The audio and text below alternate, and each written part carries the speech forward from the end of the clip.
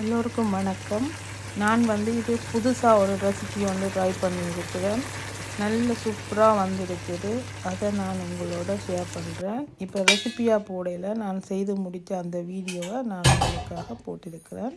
இது ஒரு இரவு சாப்பாடு, ஒரு ஹெல்த்தி ரைஸ். இதுக்கு நான் பேர் வச்சிருக்கிறது கவின் ரைஸ். என்னென்னு சொன்னால் கவின் தான் இதை செய்கிறதுக்கு என்னென்ன எப்படி செய்வோம்னு சொல்லி வித்தியாசமாக ட்ரை பண்ணி செய்தது. அதனால் நான் கவின் சிக்கன் ரைஸ் வச்சிருக்கிறேன். நன்றி, வணக்கம்.